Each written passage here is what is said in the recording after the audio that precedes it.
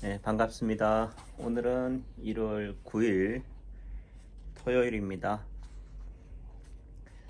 어, 지난 수요일에 우리 젊은 한의사 김상우 선생님이 와서 같이 식사를 하면서 인체 파동원리의 출발, 인체 파동원리가 어떻게 나오게 됐는지에 대해서 좀 종교적인 색채를 띠는 부분들이 있는데 예수를 믿으시오 이런 관점이 아니다.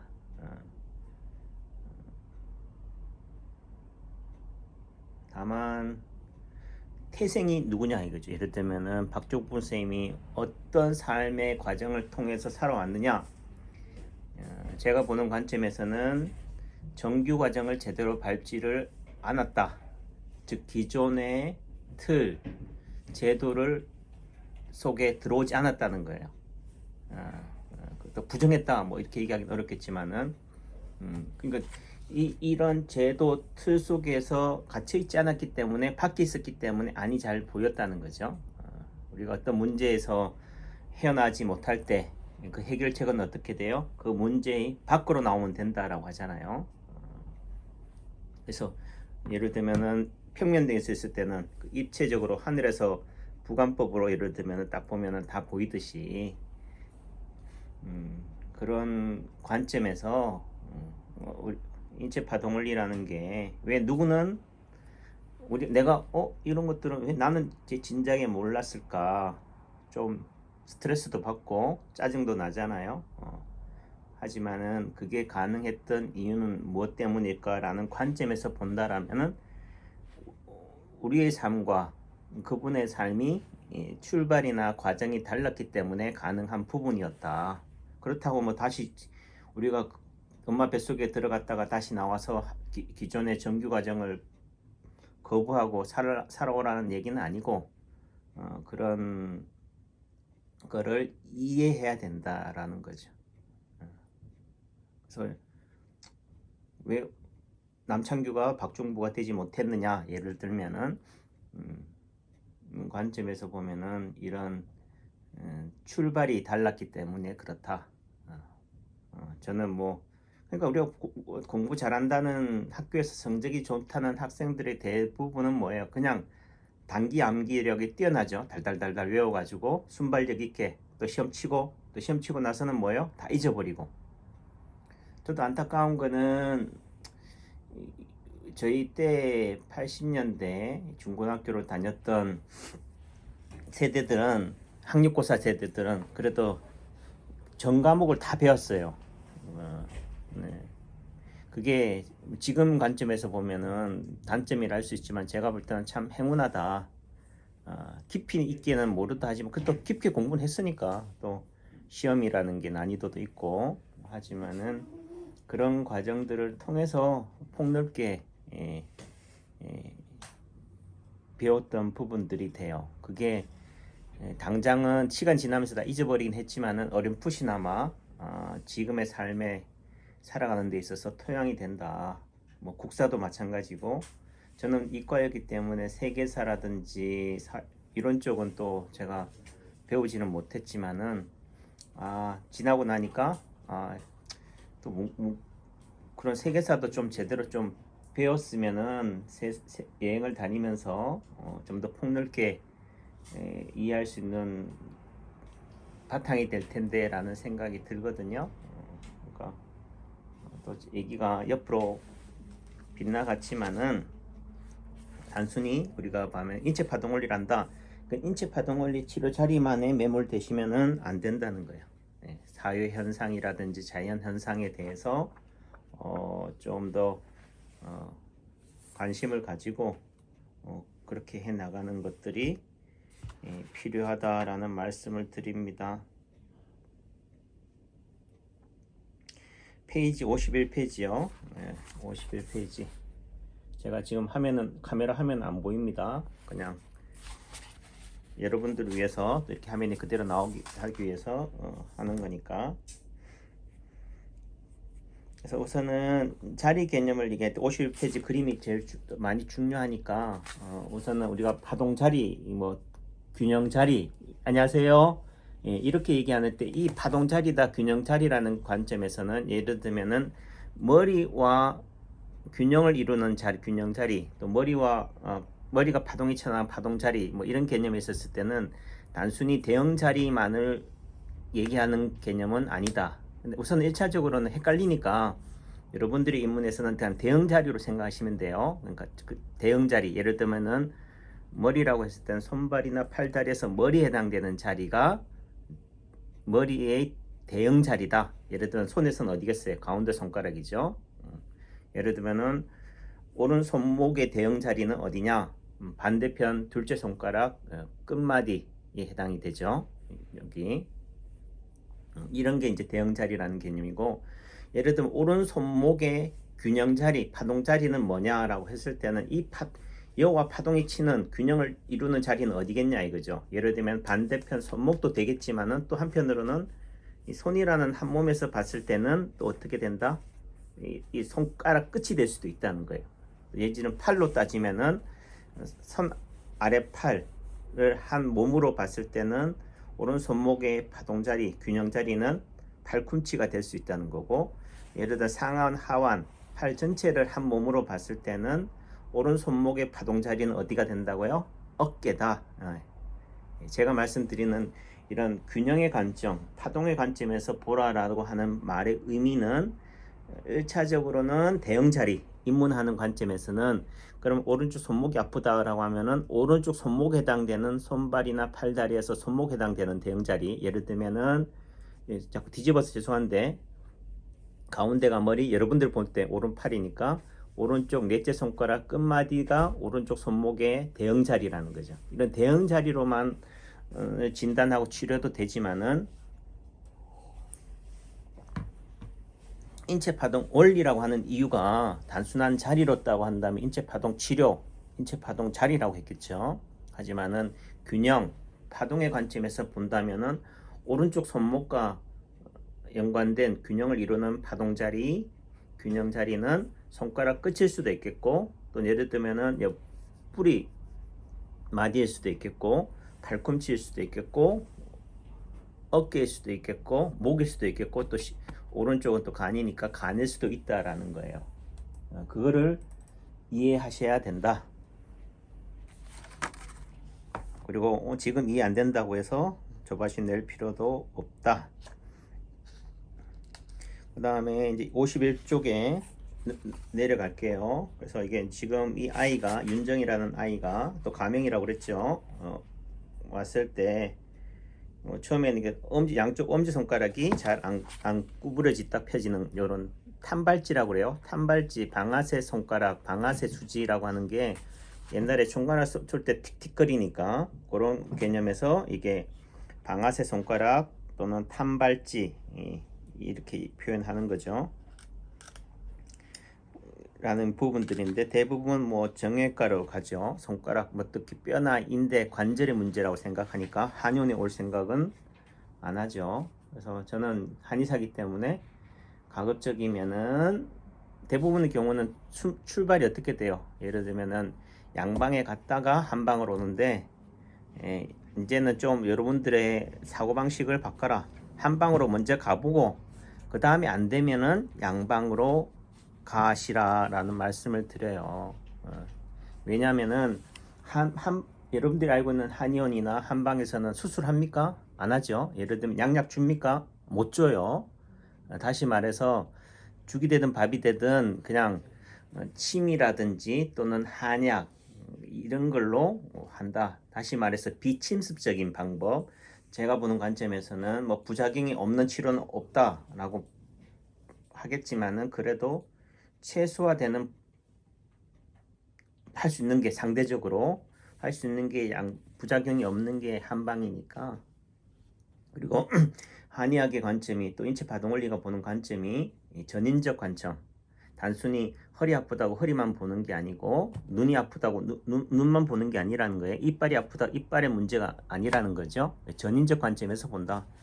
뭐 요즘 코로나 때문에도 힘들기도 하고 이래저래 스트레스도 받고 그러면 그 스트레스가 어떻게 나타나요? 머리 긴장이나 스트레스가 이빨, 잇몸 질환으로 나타나는 거죠. 그래서 이런 부분들로 이해해야 되는 거지, 단순히 이빨이 아프다, 잇몸이 붓는다고 해서 그 사람의 어떤 가정 환경, 주변 여건 이런 상황들을 전혀 도외시하고 이빨만 봐서는 안 된다는 거죠.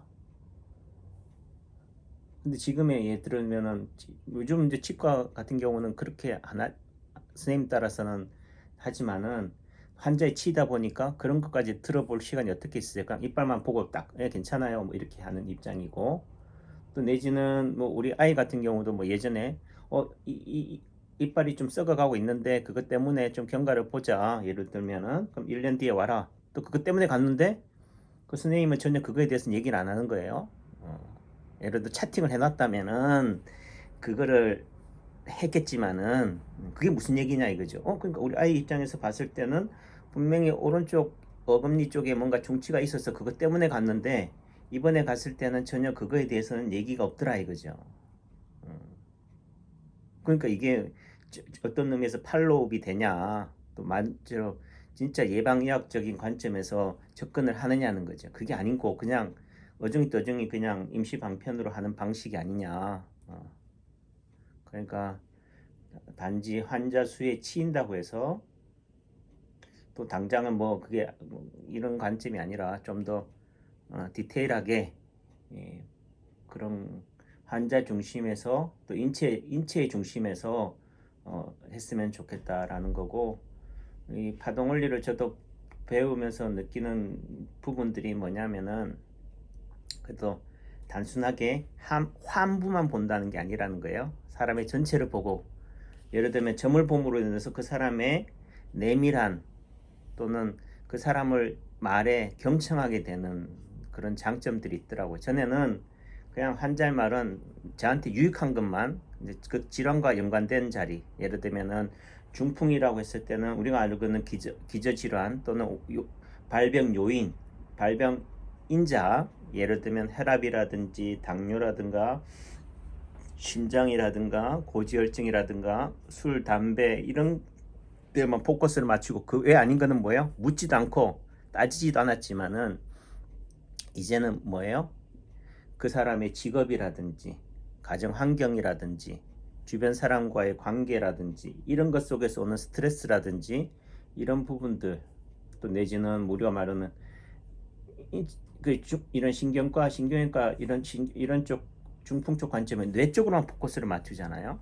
근데 예를 들면 인체 파동원리 관점에서, 균형의 관점에서 본다면은 어릴 때 다쳤던 또는 낫에 베인 상처 하나, 어릴 때 삔 발목 염자 하나, 또는 내지는 운동하다가 넘어져서 다친 오른쪽 손목 골절 하나가 뇌 질환하고 연관이 있다는 거죠. 예를 들면 요즘 뭐 손흥민 선수가 주가를 날리고 있고 또 국위를 선양하고 있고 또 코로나 상황에서 그래도 기쁨과 즐거움을 주는 그런 하나의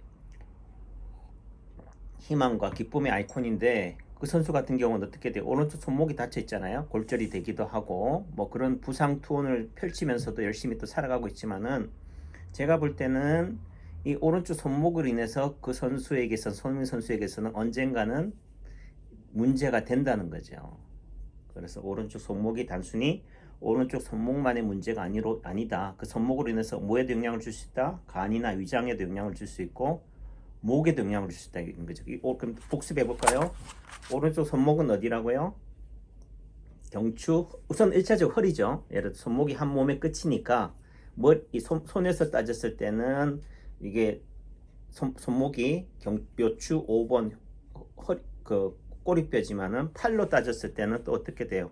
요추 5번 꼬리뼈에 해당이 된단 말이에요. 그러니까 오른쪽 손목이 부러졌다.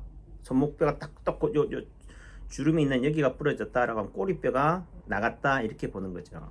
그래서 그걸로 인해서 꼬리뼈가 허리뼈가 나중에 허리 수술을 하게 될 상황들이 생기는 거죠. 왜? 우선 1차적으로 허리 부러질래 손목 부러질래 하면 뭐 하겠어요? 허리 부러지면 안 되니까 손목을 대신 다친다는 거죠. 그러니까 우리가 헌집 주고 새집 달라고 하잖아요.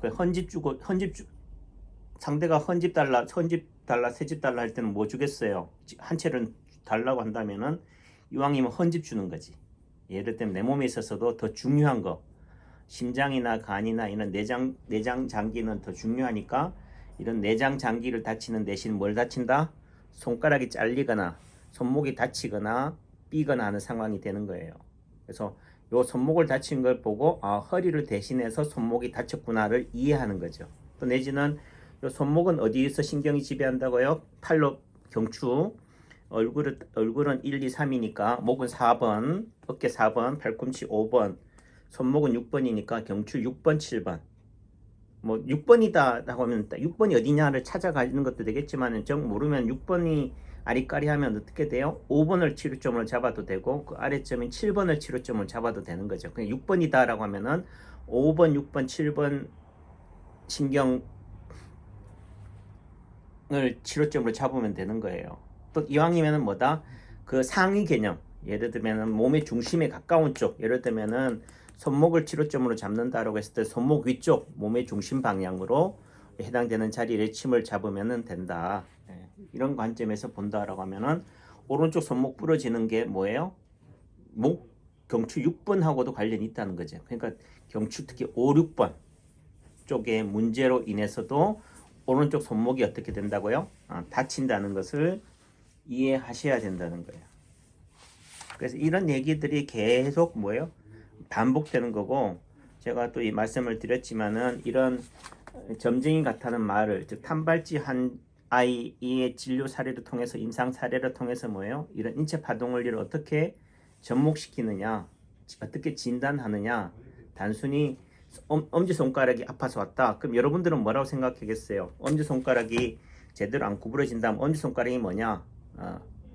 예를 들면은 여러분들이 보면 이렇게 보면은 뭐예요? 다리 자리잖아요. 하체, 엄지손가락이나 새끼손가락은 다리니까 다리에 있어서 어떻게 된다? 발목이니까 발목을 치료점으로 잡으면 되겠구나라고 이해하시잖아요. 네, 그것도 맞고 또 내지는 이 손가락 끝에서 한 몸에서 제일 끝이니까 끝마디는 어디에 해당이 돼요? 예를 들면은 경추를 7개로 따졌다면 경추 7번, 경추, 흉추, 요추, 즉 경추가 7개, 흉추가 12개, 요추가 5개니까 뭐 예를 들면은 꼬리뼈까지 하면 25개, 꼬리뼈를 하나로 보면은 그럼 25개 중에서도 제일 끝에 해당이 되는 거죠. 모든 뼈, 모든 마디의 끝을 치료점으로 잡으면은 뭐가 된다고요? 요 엄지손가락의 탄발지, 다시 말해서 발목을 치료하는 치료점이 된다는 거예요. 예, 들어가세요. 예, 예. 그렇게 따지면은 자꾸 제가 말씀드리지만 굳이 그걸 경추 7번이냐, 요추 5번이냐를 따지지 말고 그냥 뭐 그렇게 따지면 뭐야? 뼈 하나, 마디 하나에 있어서의 끝을 뭐로 잡으면 된다고요? 치료점으로 잡으면 되는 거죠. 그럼 예를 들면 아래팔 같은 경우는 아래팔에서의 끝 어디겠어요? 예를 들어 손목이나 팔꿈치가 되는 거고 예를 들어 상완에 있어서는 어떻게 돼? 팔꿈치나 어깨에 해당이 되는 거예요. 예를 들어 몸통으로 한 마디로 따지면은 아랫배라든지 아니면은 요 쇄골에 해당되는 부위. 예를 들면은 뭐 똑같이요. 뭐 여기도 손바닥에서 한 몸으로 따지면은 요 손목 쪽에 있는 요 부위를 잡거나 여기를 치료점으로 잡으면 된다. 한 마디의 끝. 그런 관점으로 접근을 하시면 된다. 지금 시간이 얼마나 됐는지 한번 볼게요. 18분이니까 좀 더 이어가도록 하겠습니다. 그리고 뭐 저도 그래요. 뭐 주변에서도 너무 좀 제 말이 중언부언하다 또는 내지는 좀 지루하다 또 내지는 했던 얘기를 뭐 자꾸 반복한다라고 하지만은 또 뭐 뭔가 중요하다 싶기도 하니까 또 내지는 자꾸 반복하는 의미도 가지는 거고 그래요. 그래서 지금 여러분들이 들을 때는 저 남창규 왜 자꾸 이 얘기 저기 왔다 갔다 하냐라고 하는데 여러분들이 그 얘기를 경청할 때는요 남창규 관점에서 들으셔야 돼요. 남창규 지금 무슨 얘기를 하려고 지금 이번 동영상에서 얘기하느냐를 그 줄기 핵심 키워드를 찾으셔야 돼요. 그럼 지금 오늘 좀 전에 말씀드렸던 핵심 키워드가 뭐예요? 예를 들면은 그런 단순하게 파동자리 지금 얘기한 거잖아요. 균형자리 또는 내지는 대형자리를 얘기한 거예요. 포괄적인 의미에서는 예를 들면은 뇌졸중 같은 경우는 뇌경색, 뇌출혈을 포괄하는 개념이라고 하잖아요. 마찬가지로 뇌경색 안에도 뇌색전, 뇌혈전이 있듯이 이 파동자리, 균형자리는 대형자리를 포괄하는 개념이다. 그러니까 근데 일반인들은 또는 입문한 입장에서는 단순한 대형자리로만 본다는 거죠. 손목이 아프다.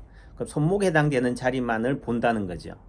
근데 전인적 관점에서 보셔야 된다. 이것도. 그래서 그 전인적 관점에서 보는 게 뭐예요? 균형의 관점에서 보고 파동의 관점에서 보는 게 파동자리, 균형자리라는 말씀을 드렸다는 거죠. 그 다음에 두 번째는 이제 예를 들면 손목, 엄지손가락, 윤정이 같은 경우는 엄지손가락 끝마디의 문제는 우리 몸에 있어서도 모든 끝마디 쪽에서의 뼈 하나에서 끝마디에서의 문제로 인해서 생기는 거다. 그러니까 자리를 몰라도 된다 이거죠. 예를 들면 그럼 중간쯤에서 문제가 생겼다라고 한다면은 몸에서 다 뼈 하나에서 중간에 해당되는 자리를 치료점으로 잡으면 되겠다는 거잖아요. 그래서 그런 관점으로 이해하시면 되고, 그 다음에 또 손흥민 선수를 얘기했잖아요. 그 손흥민 선수의 오른쪽 손목이 지금 잘 나가고 있지만은 항상 잘 나갈 수 있는 게 아니다. 왜? 그 선수는 어디를 다쳤기 때문에, 오른쪽 손목을 다쳤기 때문에. 또 이렇게 얘기하면은 뭐 운동 선수는 뭐 부상 병동인데 손목만 아프냐? 뭐 무릎도 아프고 뭐 허리도 아프고 뭐 다 끊어지지라고 얘기하지만은 그럼 그것이 다 연계되어 있다는 거죠.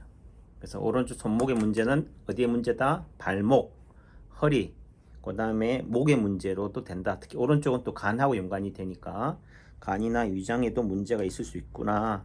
그러니까 단순히 뭐 건강검진을 해서 체크하는 개념이 아니라, 그러니까 평상시에 뭐예요? 이런 오른쪽 손목에 해당되는 파동자리, 또 대형자리, 이게 해당되는 발목, 허리 또는 뭐 팔꿈치, 어깨 이런 간자리도 같이 열심히 뭐요? 건강할 때 마사지 해주고 침을 맞거나 이렇게 해주는 게 필요하다.